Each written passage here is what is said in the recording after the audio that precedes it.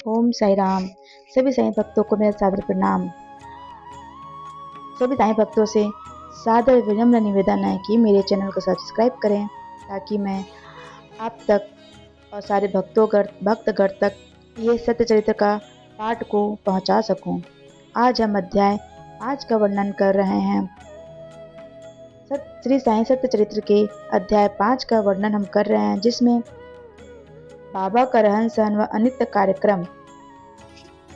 बाबा की महिमा का तो गुणगान क्या ही करें। वो ऐसे संत थे जो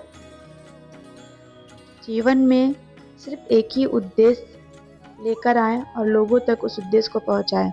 श्रद्धा और सबरी। सबका मालिक एक। सबका मालिक एक का मतलब होता है कि पृथ्वी लोक में जितने मनुष्य हैं, जितने भी प्राणी हैं, सबका ईश्वर, सबका प्रभु, सबका भगवान एक ही है। हमको धर्म के लिए लड़ना नहीं है, हमको धर्म के लिए एक दूसरे को कष्ट नहीं पहुंचाना है। उनका यही एकमात्र उद्देश्य था। श्रद्धा और सबरी मतलब आप श्रद्धा रखो और सबरी रखो तो आप जीवन में कभी दुखी नहीं होगे। चलिए हम स्टार्ट करते हैं। तरुण अवस्था में श्री साईं बाबा ने अपने केस कभी नहीं कटवाए और वे सदैव एक पहलवान की तरह रहते थे। जब वे राहता जाते तो वहां से वे गेंदा, जाई और जूही के पौधे ले आया करते थे। वे उन्हें अच्छी स्वच्छ करके उत्तम भूमि देखकर लगा देते थे और स्वयं उसकी देखरेख करते थे। वामन तात्या नाम के एक भक्त उन्हें नित्य प्रति 2 मटके के घड़े दिया करते थे। इन घड़ों में बाबा स्वयं ही उसमें पानी डालकर पौधों को लगाते थे। वे स्वयं कुएं से पानी खींचते और संध्या समय मटकों में नीम के वृक्ष के नीचे रख देते थे। मटकों को नीम के नीचे रख देते थे। जैसे ही मटके वहां रखते वैसे ही वो फूट जाया करते थे, क्योंकि वो बिना तपाए और कच्ची मिट्टी के बने हुए थे। दूसरे दिन तात्या उन्हें फिर 2 घड़े देकर चल दिए। तात्या हमेशा उनको 2 कच्चे मिट्टी के घड़े दिया करते थे। यह क्रम 3 वर्ष तक चला और श्री साईं बाबा के कठोर परिश्रम तथा प्रयत्न से वहां फूलों की एक सुंदर फुलवारी बन गई। आजकल इसी स्थान पर बाबा के समाधि मंदिर की भव्य इमारत शोभामान है, जहाँ सहस्त्र भक्त आते जाते हैं। नीम वृक्ष के नीचे पादुकाओं की कथा। अब हम शुरू कर रहे हैं नीम वृक्ष के नीचे पादुकाओं की कथा। इस कथा में श्री अक्कलकोट महाराज के एक भक्त जिनका नाम भाई कृष्ण जी अलीबागकर था, उनके चित्र का नित्य प्रति पूजन किया करते थे। एक समय उन्होंने अक्कलकोट सोलापुर जिला में पड़ता है ये जाकर महाराज की पादुकाओं का दर्शन एवं पूजन करने की निश्चय किया। परंतु प्रस्थान करने के पूर्व अक्कलकोट महाराज के स्वप्न में दर्शन देकर उनसे कहा कि आजकल शिरडी ही मेरा विश्राम स्थल है और तुम वहीं जाकर मेरा पूजन करो। इसलिए भाई ने अपने कार्यक्रम में परिवर्तन कर शिरडी आकर श्री साईं बाबा की पूजा की। वे आनंद पूर्वक शिरडी में 6 मास रहे और इस स्वप्न को स्मृति स्वरूप उन्होंने पादुकाएं बनवाई। सन 1834 में श्रावण में शुभ दिन देखकर नीम वृक्ष के नीचे वे पादुकाएं स्थापित कर दी। दादा केलकर तथा उपासनी महाराज ने यथाविधि स्थापना उत्सव संपन्न किया। एक दीक्षित ब्राह्मण पूजन के लिए नियुक्त कर दिया गया और प्रबंध का कार्य एक भक्त सौगुण मेरू नामक को सौंपा गया। इस तरीके से चरण पादुका की कार्यक्रम संपन्न हुआ। अगली कथा में कथा का पूर्ण विवरण। इसमें कथा का पूर्ण विवरण दिया गया है। ठाणे के सेवानिवृत्त मामलतदार श्री बी व्यू देव, जो श्री साईं बाबा के एक परम भक्त थे, उन्होंने सौगुण मेरू नामक नायक और गोविंद कमालकर दीक्षित से इस विषय में पूछताछ की।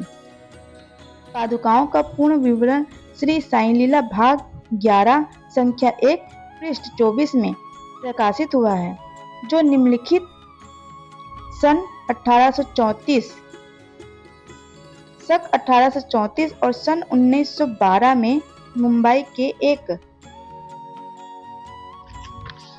भक्त डॉक्टर रामराव कोठारे बाबा के दर्शनार्थ शिरडी आए। उनका कंपाउंडर और उनके एक मित्र भाई कृष्ण जी अलीबागकर भी उनके साथ में थे। कंपाउंडर और भाई की सौगुण मेरू नायक तथा जीके दीक्षित से घनिष्ठ दोस्ती हो गई। अन्य विषयों पर चर्चा करते समय इन लोगों को विचार आया कि श्री साईं बाबा के शिरडी में प्रथम आगमन तथा पवित्र नीम वृक्ष के नीचे निवास करने की ऐतिहासिक स्मृति के उपलक्ष्य में क्यों न पादुकाएं स्थापित की जाए। जब पादुकाओं के निर्माण पर विचार विमर्श होने लगा, तब भाई के मित्र कंपाउंडर ने कहा कि यदि यह बात मेरे स्वामी कोठारे को विदित हो जाए तो वे इस कार्य के निमित्त अति सुंदर पादुकाएं बनवा देंगे। यह प्रस्ताव सबको सामान्य और मान्य हुआ। डॉक्टर कोठारे को इसकी सूचना दी गई। उन्होंने शिरडी आकर पादुका की रूपरेखा बनाई तथा इस विषय में उपासनी महाराज से भी खंडोबा के मंदिर में भेंट की। उपासनी महाराज ने उसमें बहुत से सुधार किए और कमल फूल आदि खींच दिए तथा नीचे लिखा श्लोक भी रचा, जो नीम वृक्ष के महात्मा व बाबा की योग शक्ति का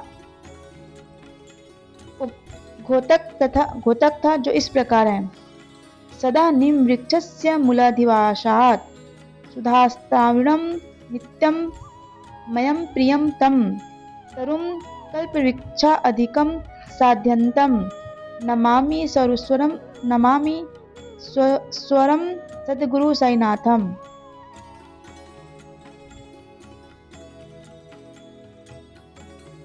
हे भगवान, इसका अर्थ है, मैं भगवान साईनाथ को नमन करता हूँ, जिनका सानिध्य पाकर नीम वृक्ष कटु तथा अप्रिय होते हुए भी अमृत वर्षा करता था।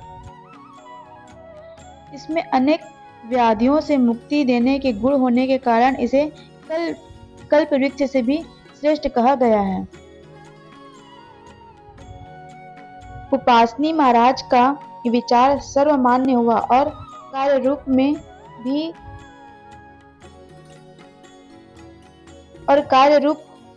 भी परिणित हुआ।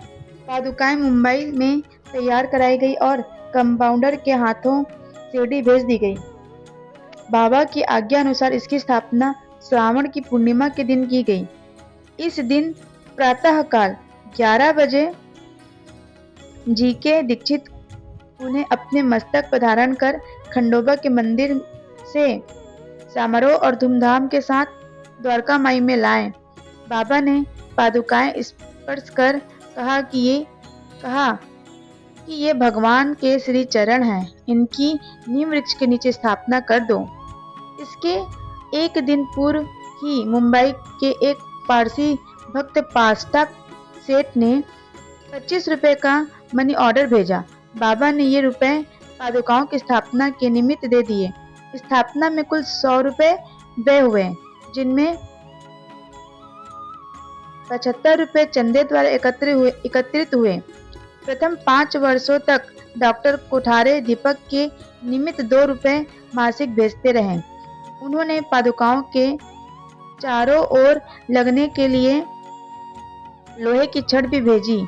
स्टेशन से छड़े ढोने और छप्पर बनवाने का खर्च 7 रुपए 8 रुपए उस समय पे ये इतना खर्चा पड़ा था।